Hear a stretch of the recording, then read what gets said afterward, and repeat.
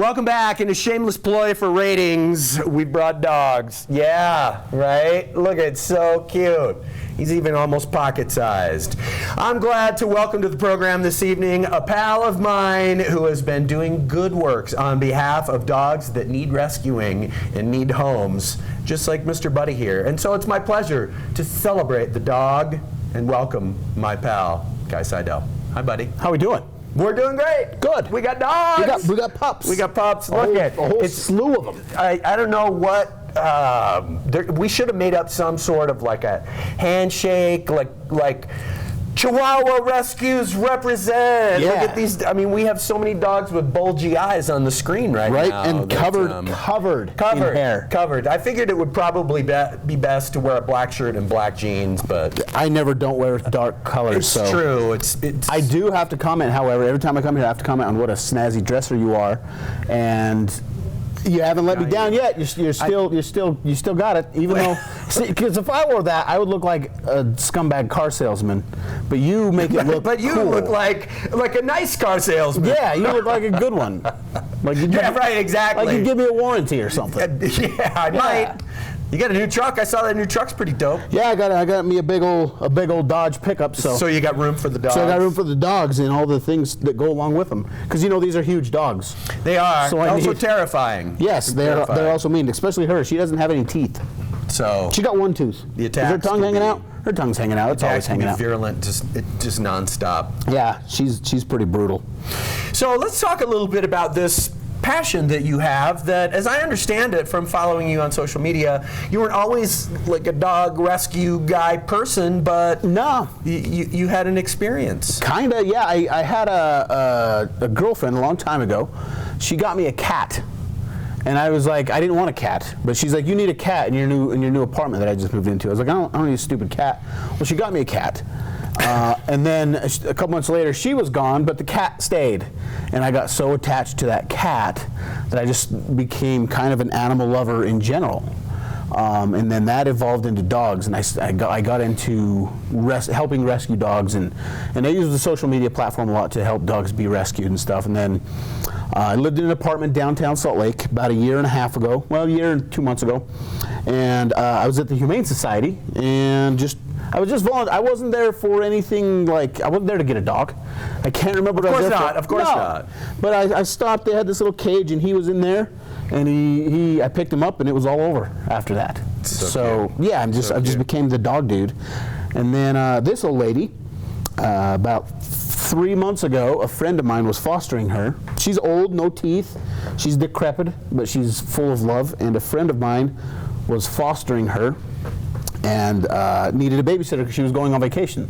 So my friend's like, do you want to babysit this dog for a week? Look at that cuteness. Look at the cuteness. Yeah. And that was it, huh? Yeah, so I took her for a week, and I knew immediately that she was home, but I waited a couple days to tell her foster mom. But yeah, so now my passion in life, my purpose, not so much my passion, but my purpose here is to help dogs be rescued rather than, and educate people to let them know the importance of rescuing as opposed to buying dogs from a breeder.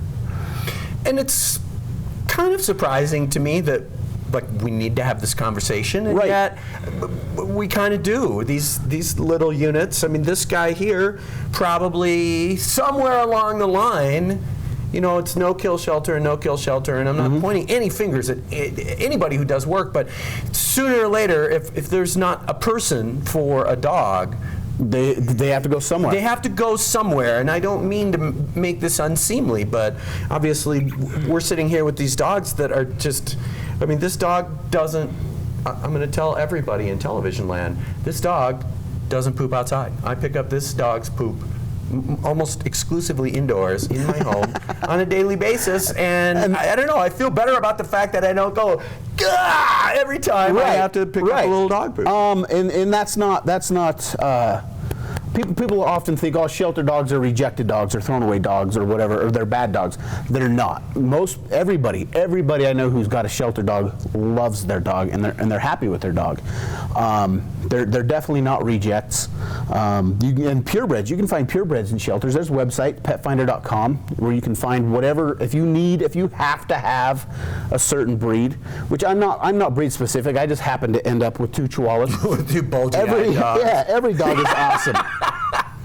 So if you need a specific kind of dog, look on petfinder.com. There's several other websites. Check shelters, check everything. You can find that dog. I don't care about breeds. I think dogs are awesome. Guess what? You probably wanted smarter kids, most people out there, but you got what you got and you love them, right? Absolutely. You can't pick your kids. I've always said the dog finds you. The dog, yeah. You know, and they're great. How old's Mr. Buddy? Mr. Buddy is, by all accounts, 11 now. You can, he's got a little gray up around the eyebrows. Looks like he might live on the Upper West Side of Manhattan and still take a New York Times and be curmudgeonly. Right. But hey, we all got to get old sooner or later. Right. Yeah. Yeah, he's a good-looking dog. He's pretty good. At a good age. He's probably mellowed out. Yeah, he's still, I think it is part of having a dog like this that, Mr. Buddy can be skittish and he can be a little, he'll do a reset sometimes. Yeah.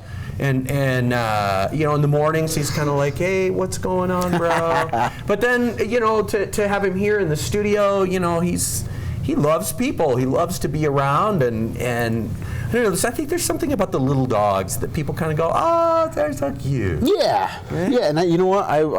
I'm not even a little dog guy. Like when I wanted a second dog after I got him, and I was like, I'm gonna get a friend dog, like that I can go hiking, like a lab or something. Right, and then she fell into my lap, and I wouldn't trade her for anything in the world, even though she's a little more work because she's old. I have to chew carrots for her. Get this. Wow. This guy loves carrots. He loves to eat baby carrots as a treat, and she gets jealous, but she can't chew them. So I will chew up baby carrots and spit them in her bowl for her like a bird. Because that's really where I'm at my age. Single ladies, huh? Yeah, right? Both of us. So available. Perfect. Yeah. Well, got really quiet in the studio. Thank you for rescuing, by the way. Well, absolutely, man. I'll be honest. I have to give credit. My ex-wife was the one who really wanted to, foster or just take care of. And in the old days, it was Furburbia, and they called themselves. Oh my gosh, I can't believe I can't. Nuzzles and Co. Thanks. What? Director Caitlin Burris had the mellifluous voice from the control room and some braided hairs in the old man's ears. So Nuzzles and Co. And Mr. Buddy came as a foster and peed all over the house because he wasn't potty trained in any way, shape, or form. And I think that was what it was that really won my heart. Was him peeing all over. Yeah, it was the nonstop cleaning up during. Ladies, now you know how to get to Terry's heart. That's Go in his house and pee all over everything. That's right. That's right. Especially the couches. Yes. Especially the couches. Well, it really is. It's an incredibly rewarding thing. I think they know. I have a feeling they know that you saved them. I've had people say, the word rescue is ridiculous, that you shouldn't use, you didn't rescue them from a burning building. Have you ever been to a shelter and seen 10,000 yapping dogs in a cage? When you pull one out of there and take them home, you rescued them. I don't care what anybody says. I agree with you there. And yes. I'm not one for being overwrought, but it really is true. I mean, this little guy has provided so much warmth to so many people. When people come to my house to visit, this guy, it doesn't matter. Well, there's one guy, but only one guy. I'm not going to say who that one guy is. I'm not going to say what his category is because everybody will know who he is then. But basically everybody that comes to the house, this guy runs to the door, is like, hey, what's up? So friendly, loves kids, completely loves kids. Really? Yeah, for sure. That's good. That's good. This guy thinks he's the toughest thing in the world. He'll bark your face off for about 3 minutes when you show up, and then he won't leave you alone because he just wants to play. Yeah. And then she thinks because he started barking that she needs to bite you and attack you, but she doesn't have any teeth, so it doesn't hurt when she bites you. And then you're best friends, and then she'll sit on your lap and not leave you alone. Yeah, so, exactly. Like true Chihuahuas, they talk a big game, then they come down. Yeah, yeah. Well, and two, congratulations on your entire family. Oh, thank you. Yes, these are my babies. For I'm sure. that guy. I'm basically John Arbuckle from Garfield. I'm a middle-aged man, single, and I have a cat and 2 fat dogs. So It's pretty much paradise for the single woman. Yeah, hey, ladies. New house, new truck. New house, new truck, new dog, new old dog. Beautiful stuff. It's a whole new life for guys. I love it, yes. Hey, what about shows? You got some shows coming up? Tell folks about the funny stuff. The funny stuff. December 1st, I'm going to be doing, I do a show called The Guy and Marcus Show, or the Marcus and Guy Show, where I play guitar, and my comedian buddy Marcus, he is an impressionist singer. We've done this show. He sings exactly like a plethora of different singers. You wouldn't know it's not them. And we have a really funny show that we play together where I play guitar and he sings. And then we also do stand-up in that as well. That's the 1st of October at Wise Guys Gateway, downtown Salt Lake City. And then also October, I believe it's 14th and 15th, I'm going to be headlining Wise Guys Ogden. So if you guys, I don't know if that's shorter or longer drive from here, but I'll be at Ogden Wise Guys on October 14th and 15th. So lots of stuff coming up. Come out, come down from the mountain, you Park City folk.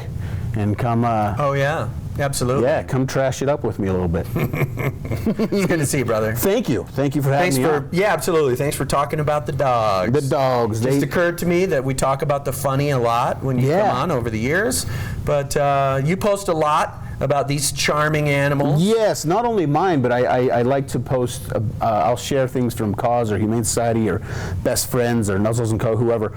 I just want dogs to be rescued. If you see a dog online, contact the people about it. And please, please, please understand that breeding dogs is very dangerous. It's for every dog that is bred, a dog in a shelter dies somewhere.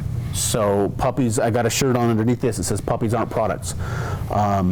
Breeding dogs is very dangerous. It's very irresponsible. Even responsible breeders, I'm not a fan of because you're basically keeping a dog pregnant for profit. And then once that dog has the puppies, then you yank that dog's puppies away, and that is sadistic in my. And I'm not trying to be mean or anything. It's just please adopt. Don't shop. Look at that.